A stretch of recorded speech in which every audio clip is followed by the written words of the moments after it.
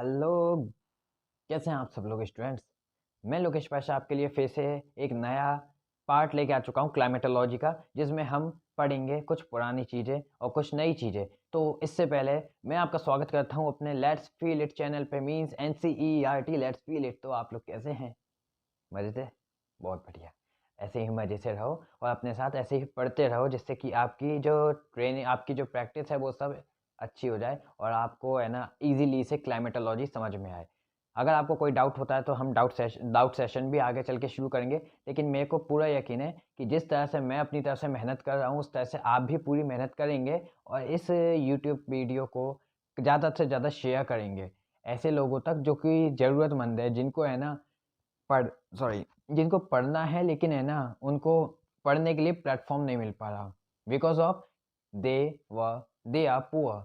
ये लोग पुअर है, थोड़े पुअर तो नहीं कह सकते, या फिर ये एबल नहीं है ये कि है ना ये पढ़ सकें।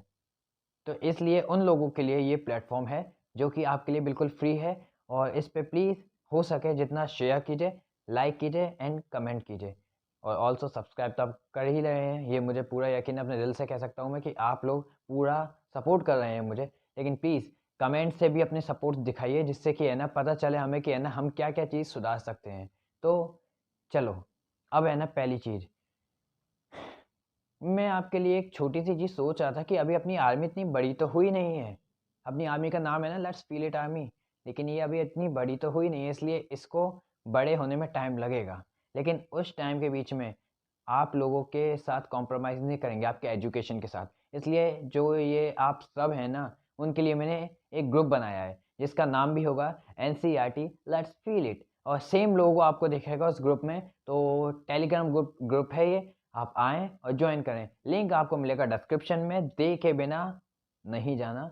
और उसमें सर्च उसको मतलब जॉइन भी करना, जिससे कि आपको है ना जब भी मैं वीडियोज़ डालूँगा तो उसमें नोटिफ़िकेशन आपको मिलता रहेगा।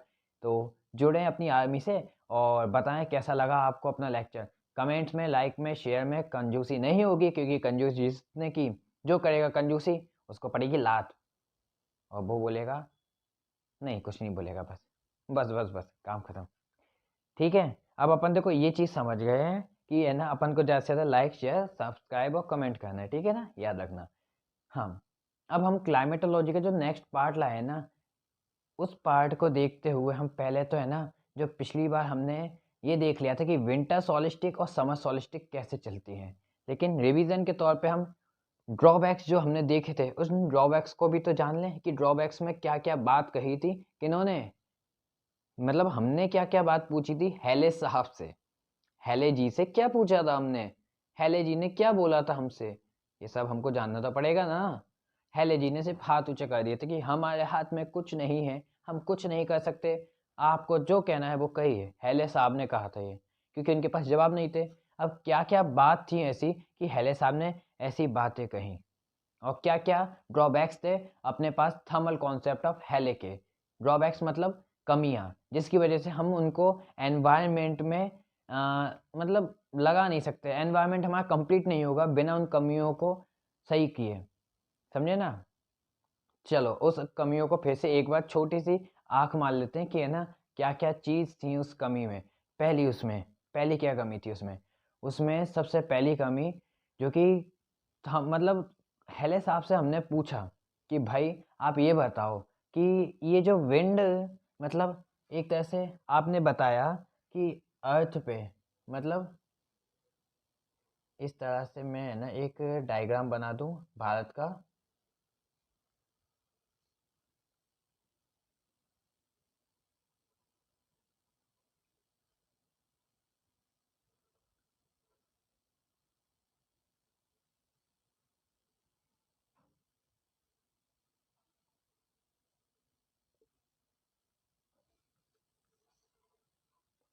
ये अपने भारत का डायग्राम है, ठीक है ना। यहाँ से हम जानते हैं कि ये निकल रही है हमारे भारत को बीच में से काटती हुई 23 1/2 डिग्री, मतलब कर्क रेखा, ठीक है ना। अब ये कर्क रेखा यहाँ से निकल रही है और हमने है ना हेले साहब से पूछा भाई आप ये बताओ कि आप इधर से यूं समर सॉलिस्टिक को चला रहे हैं, फिर उसके बाद आप इधर से यूं विंटर सॉलिस्टिक को चला रहे हैं। हमें वजह बताओ कि आप समर सॉलिस्टिक और विंटर सॉलिस्टिक को ये एंगल में ही क्यों चला रहे हैं? क्या 90 डिग्री में नहीं चल सकता ये? वजह क्या है इसकी कि ये जो इस तरह से नहीं चलती है, इसकी ये ऐसे क्या वजह कि इस तरह से हमारी समर सॉलिस्टिक और विंटर सॉलिस्टिक नहीं चल रही है, ऐसे या ऐसे? क्या वजह है? पूछा हमने, उन्होंने कहा मेरे पास कोई जवाब नहीं है, मेरे लॉयर को आने दो, मेरे लॉयर आएगा और आपको जवाब देगा।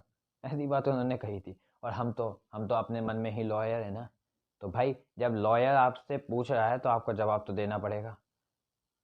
पूछ रहा है जवाब दो, नहीं तो भाग लो। और भगा दिया हमने उनको, क्योंकि उनकी थ्योरी को हमने नहीं माना, तो उनको भागना पड़ा। जाना ना अपन ने। अब उसके आगे हमने फिर क्या पूछा था? ठीक है, ये बात हमने पूछ ली। फिर हमने पूछी, भाई आप ये बताओ, आपने कहा था कि टेम्परेचर के ऊपर नीचे होने की वजह से ये प्रेशर है ना, अपने मतलब विंड को लाता है और विंड को ला करके बारिश करता है। एम आई राइट? मतलब ये जब टेम्परेचर बढ़ता है तो है ना, विंड ऊपर से मतलब हिमालय की साइड से विंटर सॉलिस्टिक और नीचे अरे अरब सागर से समर सॉलिस्टिक की विंड्स चलती हैं और भारत के अंदर ऐसे आती हैं, ऐसे ऐसे आती हैं ये हिमालय की साइड से, ऐसे इधर की साइड से आती हैं और ये अरब सागर है ना। तो भाई ये बताओ कि अब की बार जो ये है ना, कार्बन की वजह से परेशानी हो रही है, ये कार्बन की वजह से जो परेशानी हो रही है, इससे तो इस जगह पर गर्मी बहुत पहले आ गई। मार्च में ही हमने गर्मी देख ली, तो अप्रैल में तो गर्म भभकता हुआ हाल हो गया था, गर्मी बहुत ज़्यादा बढ़ गई। तो मार्च और अप्रैल के वक्त बारिश क्यों नहीं आई भारत के अंदर? क्या वजह थी उसकी, क्यों नहीं आई? इस जगह पे आप कह रहे हैं गर्मी जब ज़्यादा होगी तो गर्मी के ज़्यादा होते ही बारिश के बादल आएंगे आएंगे।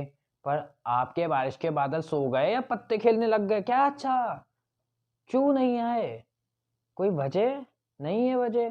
तो फिर ठीक है, आपका दूसरा सवाल भी हमने पूछ लिया, आपने कोई जवाब नहीं दिया। ठीक है, तीसरी बात पूछी थी उन्होंने, तीसरी बात पूछी थी कि भाई आप इधर से कह रहे हैं हमसे कि ये सी सी है ना, ये समुद्र है ना, इस समुद्र से इस जगह पर बादल आ रहे हैं, फिर इस जगह से इस जगह पर बादल आ रहे हैं, है ना? तो ये आप मॉनसून कैसे कह सकते हो? ये तो सीधी सीधी बात है। आपने ला नीनो एल नीनो पढ़ी होगी, है ना? ला नीनो एल नीनो, जो गर्म जलधारा और ठंडी जलधारा की वजह से बादल आते हैं इधर उधर, उनका टाइम बनता है, एक फिक्स टाइम बनता है। ला नीनो एल नीनो अगर हो तो कभी बादल जल्दी आ जाए, कभी लेट आते हैं, होता है ना? इन दोनों लहरों की वजह से, इन दोनों मतलब वेव्स की वजह से, ला नीनो एल नीनो। तो अब आप बताओ, ये तो लैंड ब्रीज और सी ब्रीज हो गया। मतलब ये इधर से आती हुई, सी से लैंड की तरफ आती हुई जो विंड है, उसको तो हमने सी ब्रीज कह दिया। और लैंड से सी की तरफ जाती हुई, इधर से यूं जाती है ना सी की तरफ, तो उसको हमने लैंड ब्रिज कह दिया। Then how you said that that type of wind are the part of the monsoon? then how? क्यों है ये? तीसरा पॉइंट हमने पूछा, फिर से उन्होंने, नहीं है हमारे पास कोई जवाब, हम आपको कुछ नहीं बताएंगे जब तक आप हमारे लॉयर से बात नहीं करेंगे। हमने कहा आ थारी लॉयर ही निकालूं, आप बगल में चल, हमने ये बोला। फिर हमने एक दो और क्वेश्चन पूछे। एक क्वेश्चन कुछ इस तरह था, ठीक है, आपने हमें कोई आंसर नहीं दिया, एक एक सिंगल बता दो, एक सिंगल बात कि भाई आपने कॉरियोलिस फोर्स की तो बात ही नहीं की। क्या force? Coriolis force, Corio sorry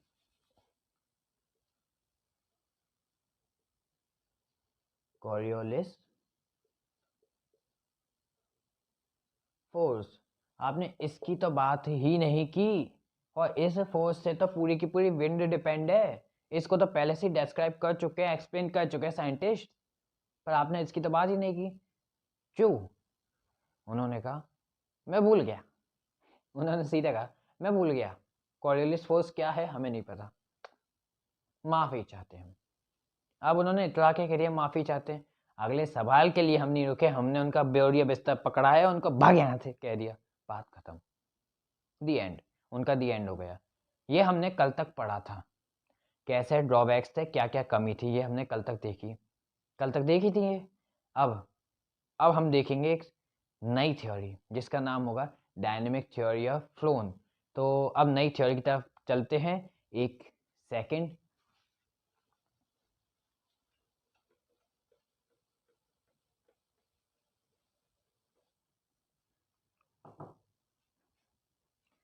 हाँ जी, तो मतलब देखो, अब हमने है ना ये देख लिया हेले साहब की थ्योरी क्यों मानी नहीं गई, नहीं मानी गई। अब उन्होंने जब नहीं मानी ना, मतलब हमने उनकी थ्योरी नहीं मानी, तो आए उठ के फ्लोन साहब, और ये बड़े समझदार इंसान थे, बहुत ज़्यादा दिमागदार। लेकिन ये बोले अब हेले साहब निकले बुज़दिल, हम हैं शेर दिल, और हम आपको समझाएंगे ये सब क्या होता है, कैसे होता है, किस तरह से, इस बॉल की मदद से, स्पंजी बॉल, इसकी मदद से हम आपको समझाएंगे कि कैसे है ना ये वर्क किया जाता है, हवा कैसे मूव करती है। ठीक है ना? तो चलो अब समझते हैं हम इस चीज़ को। तो देखो, हवा के मूव करने की जब हम बात करते हैं, तो ये जो डायनेमिक थ्योरी फ्लोन है ना, इसमें इन्होंने बताया, फ्लोन साहब ने, कि जो दो सबसे बड़े ड्रॉबैक्स थे, किनके दो सबसे बड़े ड्रॉबैक्स थे, कौन थे वो, उनका नाम क्या था, हेले जी, हेले साहब। अब हेले साहब ने जो दो ड्रॉबैक्स थे ना उनकी थ्योरी के अंदर, वो कौन कौन से थे? पहला था shifting of monsoon, shifting of monsoon, या कह सकते हैं डायरेक्शन ऑफ मॉनसून, ये पहला। दूसरा था कोरियोलिस फोर्स,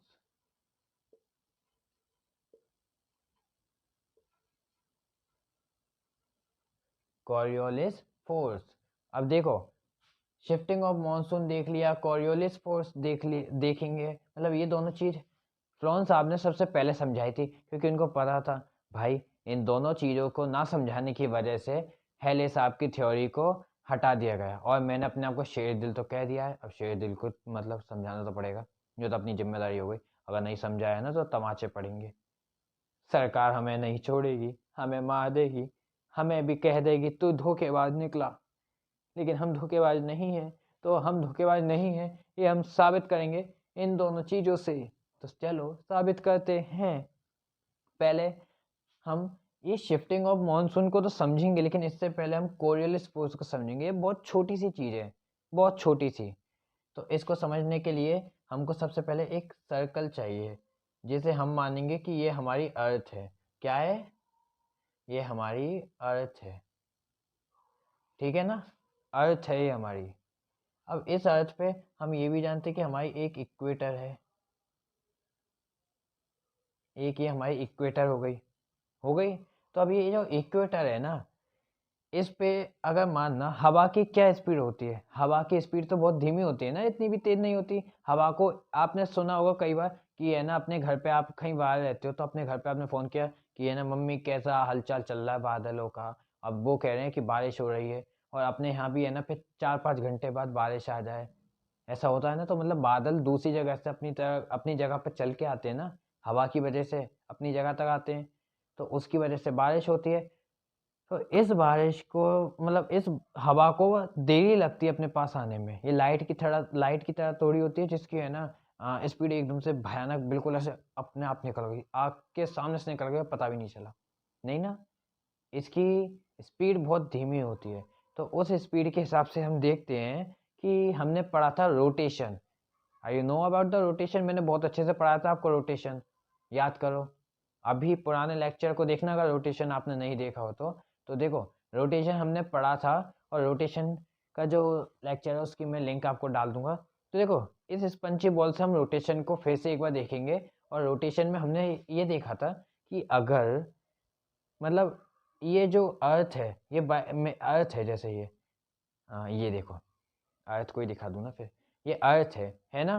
तो ये जो अर्थ है ना, ये इस जगह से ऐसे घूमती है, ऐसे वेस्ट से ईस्ट घूमती है, हाँ या ना? घूमती है ना वेस्ट से ईस्ट। क्यों? क्योंकि ये जो अर्थ है इसका एक रोटेशनली सर्कुलर मूवमेंट में घूमना बहुत अच्छे से सीख लिया है इसने, बिकॉज ऑफ सम प्रेशर। कुछ प्रेशर लगते हैं इस पे, कुछ जैसे कि है ना, कुछ इंटरनल और एक्सटर्नल इफेक्ट की वजह से ये अर्थ वेस्ट से ईस्ट घूमती है, जिसे हम कॉस्मोलॉजी में पढ़ेंगे, बिल्कुल पढ़ेंगे। लेकिन अभी हम ये देखते हैं कि जब ये वेस्ट से ईस्ट घूमती है ना, तो अगर हवा को यहाँ पर है, जैसे हवा उसको यहाँ पे जाना है, इसको हवा को यहाँ से यहाँ जाना है, ये पॉइंट हमने दे दिया ए, ये पॉइंट हमने दे दिया बी, यहाँ से यहाँ जाना है, ठीक है। तो अब ये वेस्ट से ईस्ट घूम रही है, वेस्ट से ईस्ट घूम रही है, तो मतलब ये घूमते घूमते घूमते ऐसे आ जाएगा ना, ये बी पॉइंट इधर की साइड आ जाएगा ना, और इस बी पॉइंट को फिर यहाँ से हवा इधर पहुँच जाएगी बी पॉइंट पर, तो इस पॉइंट को हम बी डैश नाम दे दें। तो ये कोरियोलिस फोर्स में हमने ये देखा कि जो हवा जहाँ पे जाना चाहिए ना, ये वहाँ पर ना जाके दूसरी जगह पहुँच जाती है, बिकॉज ऑफ अर्थ रोटेशन, ठीक है।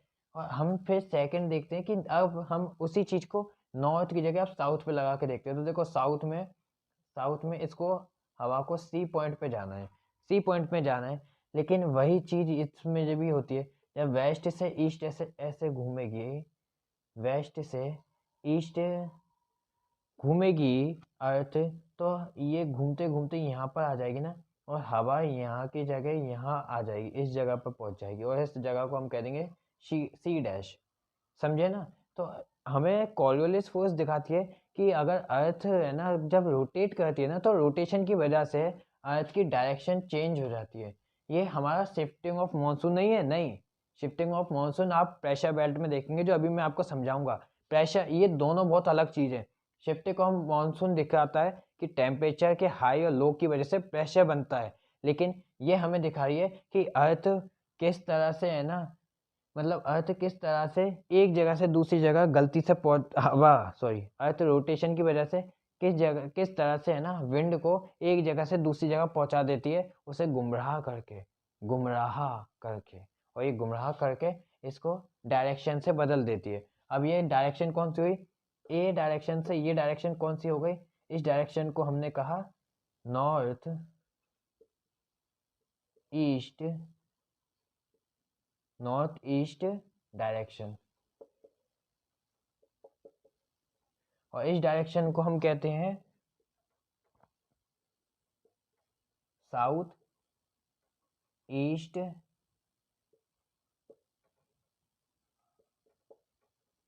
डायरेक्शन। ये दोनों डायरेक्शन से हमने देखा कि है ना, ये हवा है ना एक जगह से दूसरी जगह चली जाती है। तो इस चीज़ को समझे ना, बहुत इजी है।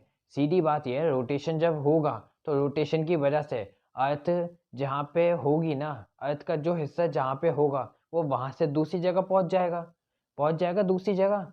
तो इस वजह से जो हवा है उसको भी वो दूसरी जगह ही तो पकड़नी पड़ेगी ना। अर्थ अगर हवा को, ये मानो हवा को इस जगह जाना है, लेकिन अर्थ तो घूमेगी ना, ऐसे ऐसे घूमेगी अर्थ, तो ये जो जगह है वो तो इस जगह पर पहुंच जाएगी ना। तो फिर हवा इस जगह से इस जगह जाएगी। और अगर इधर इधर जाना है हवा, मतलब हवा को, तो ये इधर की साइड से घूमने की वजह से ये चीज़ इधर पहुंच जाएगी, और इधर पहुंचने की वजह से हवा फिर इधर आएगी। ये चीज़ हमको दिखाती है कि ये होता है कॉरियोलिस फोर्स, जिसकी वजह से हवा चलती है, समझे। तो आपको अब बता दिया अपन ने कॉरियोलिस फोर्स क्या होता है। अब हम देखेंगे शिफ्टिंग ऑफ मॉनसून कैसे होता है, जो प्रेशर बेल्ट को शो करता है। चलो, तो अब हम प्रेशर बेल्ट के इस चीज़ पे चलते हैं कि प्रेशर बेल्ट कैसे। हाँ, तो हमने देखा कि है ना, किसी किसी रीजन में है ना कुछ ज़्यादा तेज हवा चलती है, जिसके ऊंचे होने की वजह से वहाँ पे बर्फ़ जम जाती है, और किन्हीं किन्हीं रीजन में हवा चलती है लेकिन इतनी नहीं चलती है कि है ना बर्फ़ जमे, ठीक है। तो अब हम इस दोनों तरह से है ना समझेंगे कि किस तरह से हवा चलती है, कहाँ पे कैसे चलती है। तो देखो, इससे पहले हम प्लैनेटरी विंड को समझेंगे। आपको एक नॉर्मल इंफॉर्मेशन दे रहा हूँ इस चीज़ से मैं, जिससे कि आप समझ पाएँ कि हवा के बारे में कैसे बताया फ्रोन साहब ने। तो देखो, आप लोग जानते हैं कि है ना, ऐसे बाँटा गया है अर्थ को, बाँटा गया है ना कई हिस्सों में, कई एरिया में। अब ये है ना एरिया ऐसे कुछ बने हुए हैं, कुछ 5-6 किलोमीटर सड़क की तरह दोनों साइड से फैले हुए हैं। ये हमारी कौन सी रेखा है? इक्वेटर। और ये जो अब बना रहा हूँ मैं, ये कौन सी है? यह है ट्रॉपिक ऑफ कैंसर। और यहाँ पर ये है ट्रॉपिक ऑफ कैप्रिकॉर्न।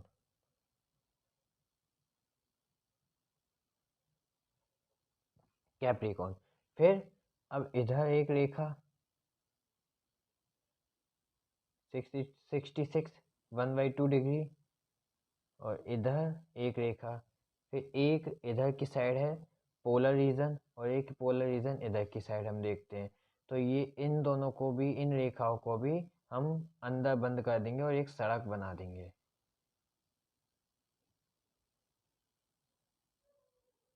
ये हमने बना दी, सड़क बना दी ना। तो देखो अब ये सीन ऐसा होता है कुछ। प्लानिटरी विंड हमको कहती है कि है ना, हवा को अलग अलग जगह पे अलग अलग प्रेशर के हिसाब से बांटा गया है। और ये प्रेशर कुछ इस तरह से है कि इस साइड में जो 0 डिग्री है, ये कौन सी डिग्री है? ये है 0 डिग्री, है ना। और ये कौन सी? 23 1/2 डिग्री, और ये 66 1/2 डिग्री, और ये 90 डिग्री नॉर्थ। इधर भी सेम यही होंगी ना, है ना। तो ये देखो ऐसे बांटा गया है। तो इस हिस्से को कहा जाता है ट्रॉपिकल जोन। ट्रॉपिकल जोन, जहाँ पे सबसे ज़्यादा पेड़ पौधे पाए जाएंगे, है ना, ट्रॉपिकल जोन। इस हिस्से को कहा जाता है, इसको इस वाले को हिस्से को बोलते हैं सब ट्रॉपिकल जोन। सब ट्रॉपिकल जोन। ये ऐसे हिस्से को बांटा गया है, एरिया को बांटा गया है कई तरह से, जिससे कि है ना हम लोग समझ पाएँ कि विंड कहाँ पे कैसे चलती है। ठीक है, ये वाला हिस्सा है टेम्परेट जोन, टेम्परेट जोन। और ये वाला हिस्सा पोलर, ये ऊपर ही ऊपर जो है ये है पोलर जोन। ठीक है ना। सेम इसकी तरह ही यही नीचे है। अब इनको है ना हिंदी में भी हम देख लें, तो हिंदी में ये ट्रॉपिकल जोन को कहा जाता है उष्ण कटिबंध। कटिबंध। कटिबंध क्या होता है? कटिबंध, काट के बंद कर दूंगा, ये होता है कटिबंध। लाइक शेयर कमेंट में कंजूसी मत करना, नहीं काट के बंद कर दूंगा। उष्ण कटिबंध इधर की साइड होता है उपोष्ण कटिबंध।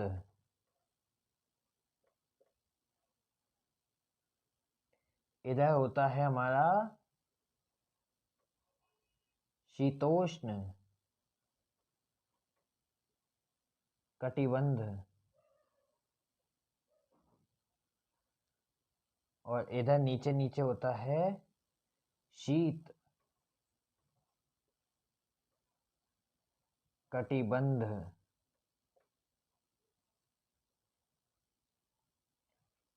ठीक है ना। इस तरह से एरिया को बांटा जाता है, जिसमें है ना हवा का फ्लो हम देखते हैं। समझे? अब हम दे जानते हैं इधर की साइड पहाड़ ज़्यादा नहीं है, इधर की साइड पेड़ पौधे ज़्यादा हैं, इधर इक्वेटर के पास में, जिससे हम ट्रॉपिक कहते हैं, जिसको हम उपोष्ण कहते हैं। तो ट्रॉपिकल की साइड पेड़ पौधे ज़्यादा है, तो वहाँ पे हवा चलेगी, बड़ी प्यारी हवा चलेगी। फिर हम देखते हैं इधर कैंसर और कैप्रिकॉर्न पे है पेड़ पौधे, लेकिन थोड़े कम है, थोड़े से कम है। और आप देखते हो, देखो सबसे बड़े जो पेड़ मतलब पहाड़ वगैरह में देखते हैं ना, वो इस साइड में या फिर इस साइड में से कटते जाते हैं। इस साइड में सबसे बड़े, फिर इधर ऐसे धीरे धीरे धीरे छोटे होते जाते हैं। इधर आते-आते काफ़ी छोटे हो जाते हैं, इसलिए इस साइड में है ना आप मैप में देख सकते हैं ज़्यादा बड़े-बड़े पहाड़ आपको नहीं दिखेंगे। पठार जैसी चीज़ें ज़रूर दिख जाएँगी लेकिन पहाड़ नहीं है। तो हम देख रहे हैं कि इस जगह पे ऐसे है ना, ये काटा गया है, ठीक है?